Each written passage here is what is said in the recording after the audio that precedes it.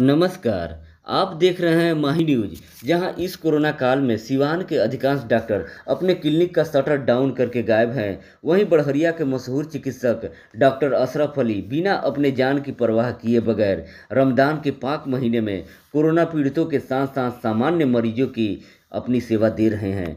आइए देखिए डॉक्टर अशरफ अली से हमारी एक्सक्लूसिव बातचीत। के समय में जो लोगों की सेवा कर रहे हैं, क्या कहेंगे डॉक्टर साहब इसके बारे में? देखिए, हम एक डॉक्टर हैं, चिकित्सक हैं। चिकित्सक वर्सेस सेवक। चिकित्सा का मतलब होता है, चिकित्सक का मतलब होता है सेवा करना। जनता का सेवा करना मेरा धर्म है, कर्म है।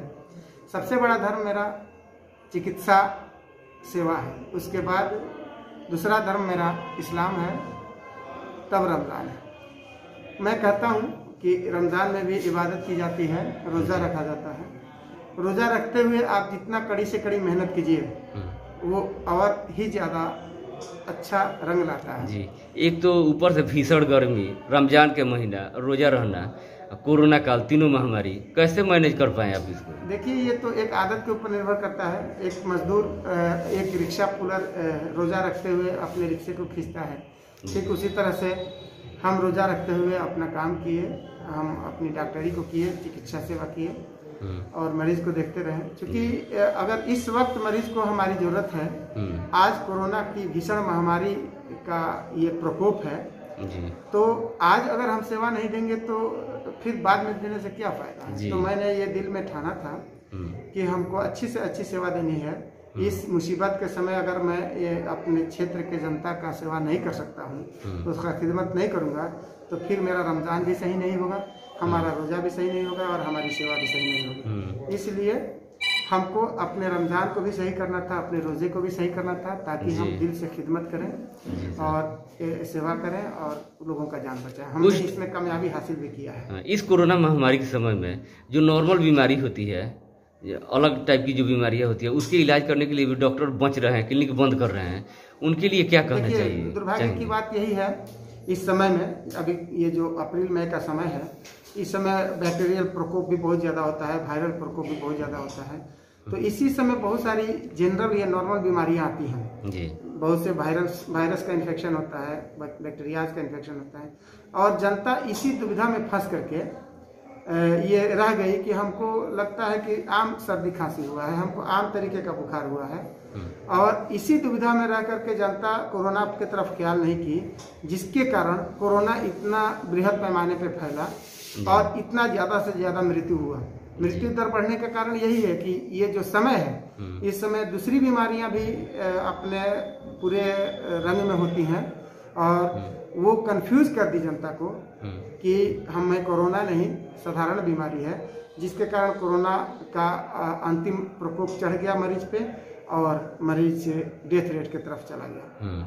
जैसे कि कोरोना काल का समय चल रहा है, इसमें आप ईद के समय में, कल ईद भी है, क्या कहना चाहेंगे? देखिए, हम कल ईद मनाएंगे, लॉकडाउन भी है, बहुत ही खुशी से ईद मनाएंगे, लेकिन अपने घर पे मनाएंगे, नमाज हम अपने घर पे पढ़ेंगे। और इतनी बड़ी मुसीबत में भी जनता ये ना समझे कि हमें ईद कैसे मनाना है और कहाँ मनाना है, तो बड़ी अफसोस की बात है। इसीलिए मैं ये गुजारिश करूँगा कि वे घर पे ही नमाज पढ़ें, आपस में घर परिवार में ही खुशियाँ मनाएं, और उन लोगों के लिए अफसोस जाहिर करें, अल्लाह से दुआ करें कि उन्हें अल्लाह सब्र दे, जिनके घर से इस कोरोना जैसी महामारी ने किसी के जान को ले लिया हो, उन्हें सब्र दे और उनके भी घर में खुशियाँ आए, इसके लिए दुआ करें। और हम अकेले अपना खुशी मना लें, ईद मना लें, लेकिन उसके विषय में नहीं सोचें जिसके परिवार से कोई गुजर गया हो, तो हमारे लिए बहुत ही अफसोस की बात होगी। इसीलिए हम इस बात का ख्याल करें कि हम इस कोरोना के महामारी में, इतनी बड़ी मुसीबत में कि कितने घरों से कितने लोग अल्लाह को प्यारे हो गए, अगर हम ज़बरदस्ती ईदगाह में जाएं और ईदगाह में नमाज पढ़ के खुशियाँ मनाएं, तो हमारे लिए एक अफसोस की बात होगी। हम ऐसी गलती ना करें। हमें सबसे गुजारिश है ताकि हम सब लोग घर पे ही रहें, घर पे ईद मनाएं, परिवार के साथ रहें। पॉजिटिवों की संख्या बढ़ते जा रही है प्रखंड में।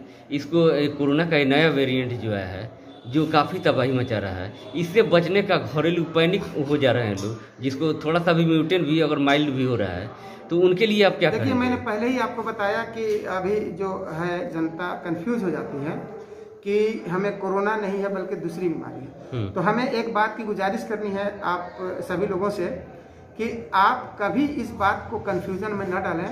आपको टाइफाइड की बीमारी हो, आपको जनरल साधारण फ्लू की बीमारी हो, आपको मलेरिया की बीमारी हो, ट्यूबरकुलोस, इस बीमारी से आप मरेंगे नहीं। इस बीमारी से परेशान होंगे, फिर ठीक हो जाएगा। लेकिन कोरोना एक ऐसी बीमारी है जो अपनी सारी कहानी 10 दिन में खत्म कर लेती है जी। तो जो 10 दिन का ड्यूरेशन है, इस 10 दिन के ड्यूरेशन में हमें बहुत ही अटेंटिव रहना पड़ेगा। मैंने हमें कतई न सोचे कि हमें टाइफाइड है या मलेरिया है, साधारण फ्लू है। हम ये सोचे कि हमें कोरोना है और कोरोना को मानते हुए हम जल्द से जल्द डॉक्टर के पास जाएं, चिकित्सक के पास जाएं और उसकी जांच कराएं, कंफर्म कर लें कि कोरोना नहीं है, तब अस्वस्थ होकर के घर पे बैठें। और नहीं तो कोरोना का क्लियरेंस करना सबसे जरूरी है। और इसका सबसे बड़ा उपाय यही है कि अगर हमें थोड़ा भी सर्दी खांसी बुखार होता है तो हम ये मान के चलें कि हमें कोरोना हो गया और उसकी जांच कराएं, उसका इलाज कराएं।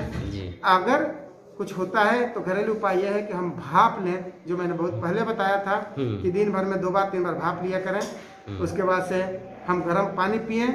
उसके बाद से हम पंखा के पास एक जरा भी नहीं रहें और ठंडे का एक्सपोजर नहीं होने दें, बाहर की हवा भी न लगने दें। अभी मौसम बहुत सर्द है, हवा लगेगा, ठंडा लगेगा, पंखा के हवा में सोएंगे तो 4 दिन का कोरोना 1 दिन में प्रोग्रेस करेगा, जो कि 4 दिन में प्रोग्रेस करना चाहिए और वो मौत की तरफ लेकर चला जाएगा। बहुत अच्छी जानकारी दी आपने।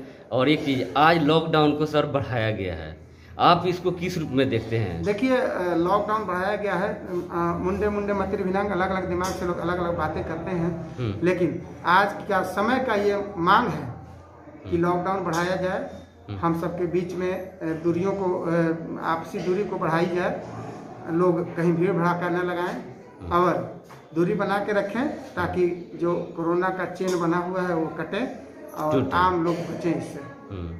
अंत में मुबारकबाद, ईद की बधाई। आप अपने बढ़िया की जनता को कैसे? मैं बिल्कुल सही बात है जो आपने अच्छा बात कहा कि अपने जुबान से मैं अपने विधानसभा क्षेत्र के सभी जनता को, हिंदू हो या मुस्लिम हो, सभी को इस खुशी के पर्व, खुशी के त्यौहार की बधाई देना चाहता हूं।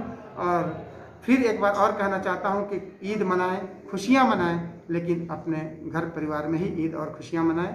घूमने की कोई ज़रूरत नहीं है। फिर जिंदगी रहेगी तो अगली ईद हम पूरे उमंग के साथ, सबके साथ मिलकर के मनाएंगे। बहुत बहुत धन्यवाद।